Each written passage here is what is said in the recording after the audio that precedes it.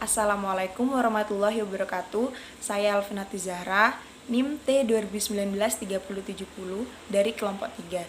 Di sini saya akan menjelaskan mengenai negosiasi.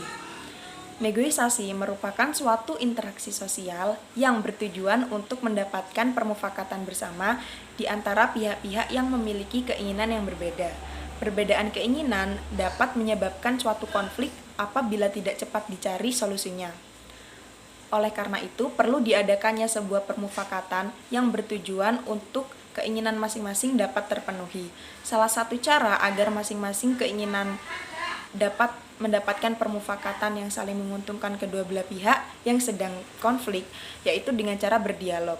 Negosiasi ialah sebuah cara penyelesaian konflik yang dilakukan secara berdialog, yaitu kedua belah pihak dapat berusaha untuk mendapat suatu persetujuan dengan mempertimbangkan keinginan yang berbeda agar terpenuhi. Setiap sesuatu yang dibicarakan harus melalui dua pertanyaan, sesuatu apa yang akan diberikan dan sesuatu apa yang akan diterima masing-masing pihak. Negosiasi merupakan salah satu teknik untuk mencapai kemufakatan bersama melalui proses tawar-menawar yang dilakukan secara berunding bersama antara kedua belah pihak. Hal yang dibicarakan dalam proses tawar-menawar ialah bagaimana jalan keluar dari konflik yang terjadi. Masing-masing dianggap tuntas apabila telah diperoleh kesepakatan. Agar proses dapat tepat tujuan, maka penting sekali untuk memperhatikan karakteristik yang berhubungan dengan negosiasi.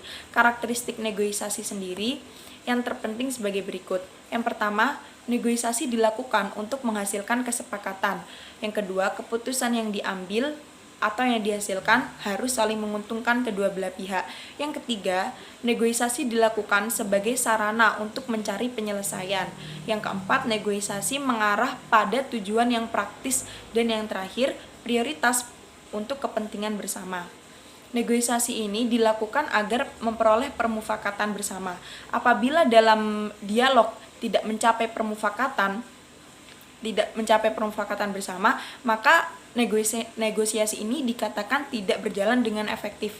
Keputusan yang didapat harus menguntungkan kedua belah pihak. Tidak dapat dikatakan negosiasi apabila hanya menguntungkan salah satu pihak. Negosiasi adalah sarana dalam mendapatkan penyelesaian terhadap suatu konflik sebagai sebuah sarana. Maka jika terjadi satu cara tidak dapat menyelesaikan, dapat dicari dengan solusi atau cara yang lain. Tujuan yang diperoleh harus menjurus pada tujuan atau kepentingan bersama. Bernegosiasi dalam penyelesaian suatu konflik tidak bisa dipisahkan dengan prinsip-prinsip negosiasi itu sendiri. Maksudnya, dalam melakukan penyelesaian negosiasi harus melalui atau menggunakan prinsip-prinsip negosiasi. Prinsip-prinsip yang digunakan dalam penyelesaian konflik adalah sebagai berikut. Yang pertama, pisahkan orang dari masalah. Maksudnya adalah prinsip dalam penyelesaian konflik adalah dalam menghadapi masalah bukan menghadapi orangnya. Hal ini dilakukan agar keputusan yang diambil adalah keputusan yang benar dan tepat sesuai dengan masalahnya, bukan keputusan yang diambil secara subjektif karena ada unsur ketidaksukaan dengan salah satu pihak. Penyelesaian masalah dapat dilakukan dengan cara berdampingan, kemudian menemukan apa yang menjadi masalah bagi kedua belah pihak tersebut. Yang kedua yaitu pusatkan masalah pada kepentingan, bukan pendapat. Negosiasi dilakukan dengan berfokus pada kepentingan, yaitu menyelesaikan masalah, bukan mempermasalahkan pendapat yang mengakibatkan kedua belah pihak saling mempertahankan pendapatnya untuk menyelamatkan diri. Yang ketiga, temukan pilihan demi kepentingan bersama.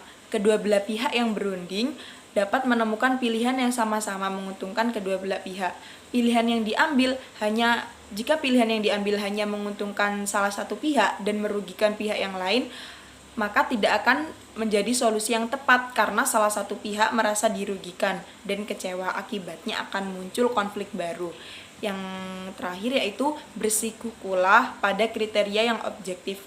Kriteria yang digunakan dalam menentukan keputusan dalam berunding adalah keputusan yang adil dan benar dan tidak merugikan salah satu pihak.